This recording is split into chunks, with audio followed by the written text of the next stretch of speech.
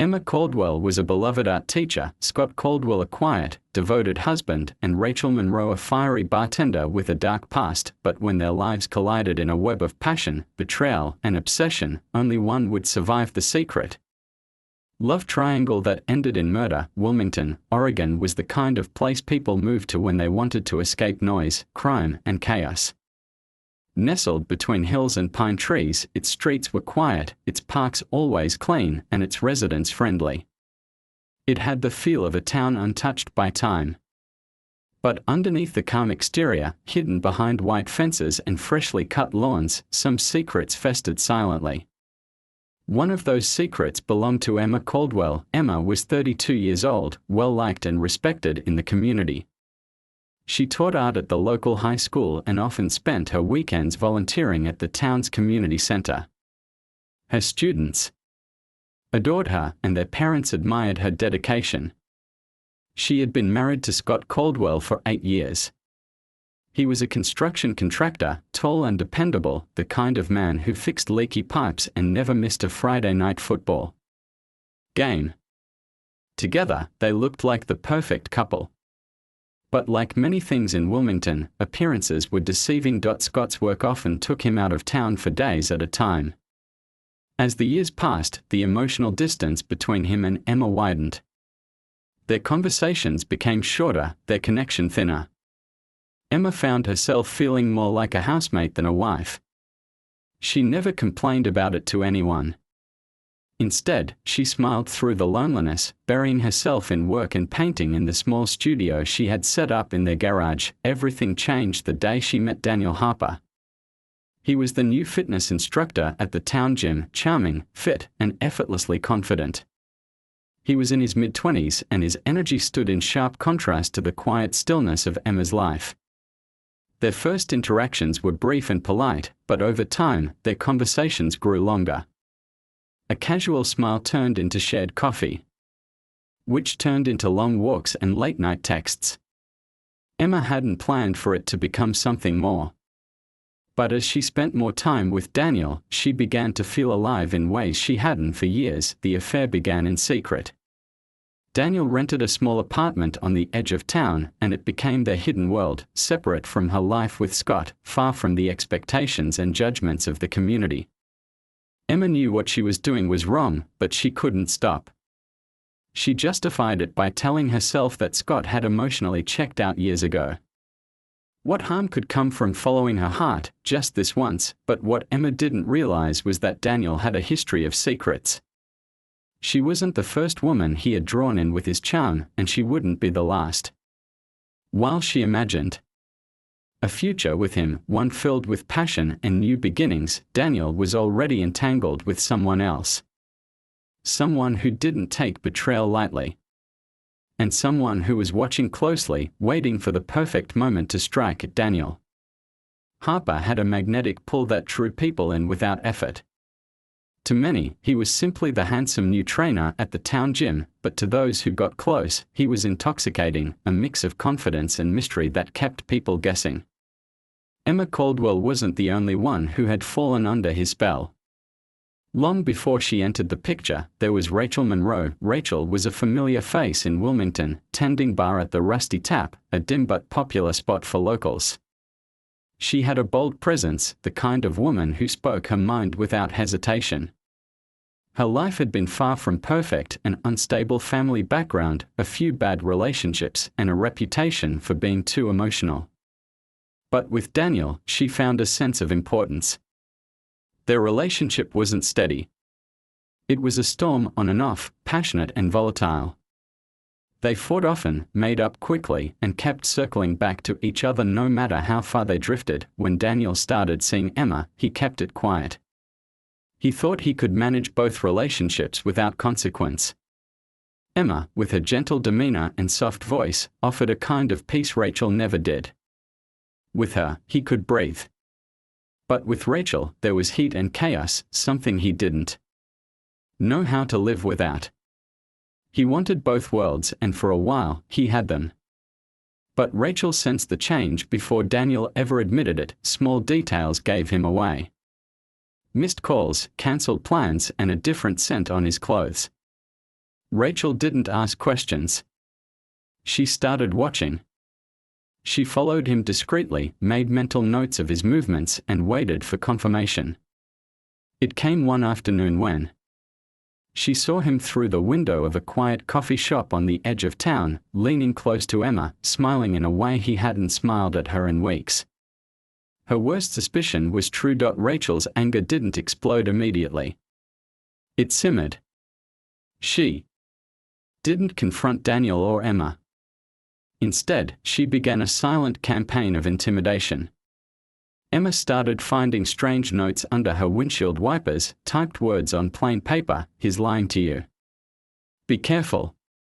Another read: "He'll hurt you, like he hurt others." At first, Emma thought it was a prank or the ramblings of someone unstable. She didn't connect it to Rachel, someone she had never met. Daniel dismissed the notes when Emma mentioned them, brushing them off as nothing serious. But Rachel was just getting started. She had no intention of losing Daniel to someone like Emma, who had a house, a husband, and a stable life.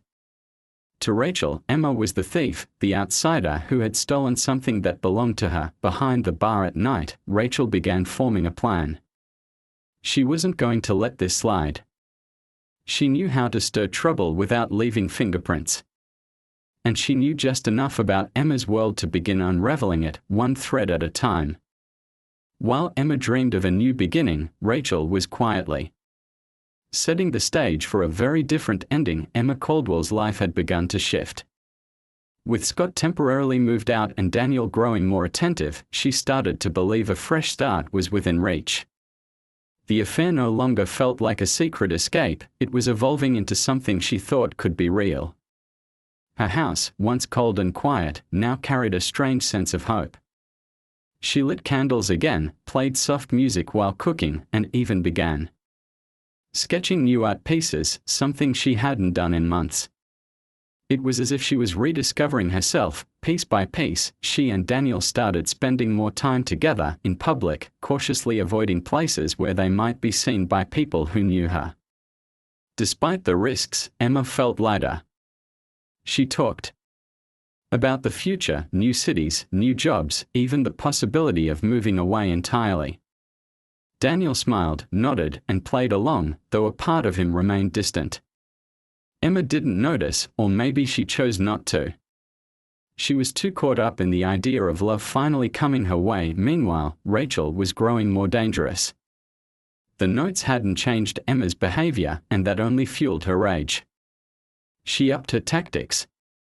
She started calling Emma's school anonymously, making vague complaints about inappropriate conduct, hoping to cause disruption. She sent messages from a burner phone, pretending to be someone who had seen Emma with another man, then forwarded the same messages to Scott. She knew how to work the edges of doubt, how to make things look like they were unraveling naturally. Scott, emotionally worn and unsure of what to believe, started to unravel himself.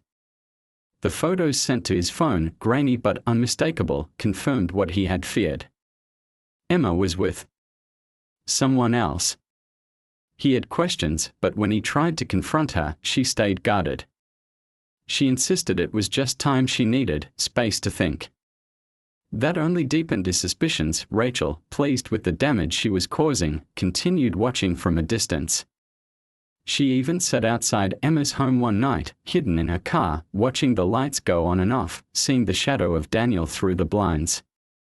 She knew she was close to breaking them apart, but it wasn't enough. She wanted more. She wanted destruction. It was then that Rachel came up with a chilling idea. If she couldn't have Daniel, no one could.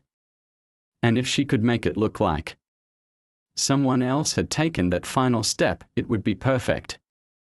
The more she watched Emma and Daniel, the more carefully she studied their habits, their schedules, the patterns of their lives. Every moment Emma let her guard down, Rachel was there, in the background, documenting and waiting. Emma, unaware of the danger, began preparing for a conversation with Scott, one where she planned to be honest. She thought it was time to end things cleanly, to stop living in between two worlds. She didn't know that she was running out of time, or that someone else had already decided how her story would end. The storm rolled into Wilmington just after nightfall. Thunder echoed through the hills and rain swept down in sheets, drenching the quiet streets. It was the kind of night people stayed inside, curtains drawn, candles lit. But at the Caldwell residence, something far more sinister was unfolding. Behind those walls, earlier that day, Emma had called Scott and asked to meet. She said she needed to speak with him face to face. There was something final in her tone, a weight that suggested she was done hiding. Scott arrived just after 8 p.m., his clothes damp from the rain, his eyes tired and clouded with confusion. He'd been receiving anonymous messages for weeks, each one pulling him deeper into a pit of suspicion and pain. He hadn't told anyone, not even the police, hoping it was all just noise. But when the messages included photos of Emma with Daniel, he could no longer deny the truth. Neighbors later reported hearing raised voices around 8:30 p.m., followed by a sharp noise, something like glass shattering. One witness thought it was thunder. Another thought it was a car door slamming. But no one thought to investigate. At 9:12 p.m., a 911 call was made by a neighbor who had stepped outside and seen the front door of the Caldwell house wide open. Inside, Emma was found lying on the living room floor. She had been struck multiple times in the head with a heavy lamp that now lay shattered beside her. Blood had pooled beneath her, and the scene was eerily silent. There was no sign of forced entry. Nothing was stolen. The police found no footprints or broken windows, only signs of a brief struggle and the aftermath of something violent and personal. Scott was arrested at his motel later that night. His alibi was unclear, and when questioned, he admitted to having gone to the house. He said he and Emma argued, but that he had left after the conversation became too heated. Detectives didn't buy it. His fingerprints were on the broken lamp, and the messages on his phone painted a picture of a man growing increasingly unstable. They believed they had their killer. The town was stunned. Emma Caldwell, the sweet, beloved teacher, was dead. And her husband, the quiet and reliable Scott, was accused of murder. It seemed like a tragic story of betrayal and rage. But behind the scenes, the pieces weren't fitting as cleanly as they appeared. Detectives reviewing the case began to notice strange patterns. The anonymous texts Scott received came from a number registered under a fake name. Surveillance footage from a local convenience store showed a woman matching Rachel Monroe's description purchasing gloves, duct tape, and a disposable phone days before the murder. And most chilling of all, GPS records placed Rachel's car within a block of Emma's home the night of the killing. Something darker was at play. As the evidence surfaced, it became clear this wasn't just a crime of passion. It was something calculated, carefully staged to look like a jealous husband's rage. But the real mastermind was still out there, watching as her trap closed around the wrong man. Rachel Monroe never expected things to unravel so quickly. When news of Scott's arrest broke, she watched from her small apartment above the bar, sipping wine and flipping through the coverage like it was a made-for-TV drama. The plan had worked, or so she thought. Emma was gone, Scott was in custody, and Daniel, though shaken, was alone again. She assumed he'd come running back to her. But Daniel didn't call. He didn't text. He vanished. In the days that followed, detectives continued digging. Something about the case kept bothering them. Scott's emotional breakdown made sense. But the way the crime was executed didn't match his personality or behavior. He had no history of violence, and though his fingerprints were on the lamp, the placement and pattern of blood spatter didn't quite align with the scenario they had constructed. Forensics suggested Emma had been struck from behind, possibly by someone smaller in stature, and at an angle that didn't match Scott's account. Then came the break in the case. Surveillance footage from a gas station near the Caldwell home, timestamped just 2 hours before the murder, showed Rachel buying supplies, gloves, cleaning wipes, and the same brand of duct tape found in a garbage can behind Emma's house. She wore a hoodie and kept her head low, but the security cameras caught enough of her face to confirm her identity. A second video placed her car just a block away from Emma's house minutes before the estimated time of death. The carefully planned illusion of Scott's guilt began to fall apart when detectives arrived at Rachel's apartment with a warrant. They found the burner phone in her bathroom trash can, wiped down but still active. Phone records revealed damning messages, texts sent to both Scott and Emma from the same device. Rachel had crafted a digital trail of deception, posing as a concerned friend, a mysterious witness, and even a supposed stranger claiming to know Daniel's secrets. The narrative she created was a web of misdirection. But now it had a center, and it pointed straight at her. Faced with overwhelming evidence, Rachel eventually confessed. She had followed Emma home that night, waited in the shadows, and slipped in through the back door during the argument between Emma and Scott. Timing it perfectly, she used the chaos as cover. One blow, then another, and Emma collapsed. Rachel quickly staged the scene, wiped down surfaces, and fled through the back as Scott walked away in frustration, never knowing what was about to unfold behind him. Rachel was charged with first-degree murder, obstruction of justice, and criminal mischief. Scott was released and cleared of all charges, though the emotional damage was irreversible.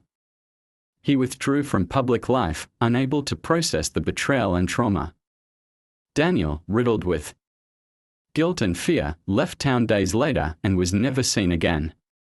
Rumors swirled, but no one knew where he went. Wilmington would never forget what happened.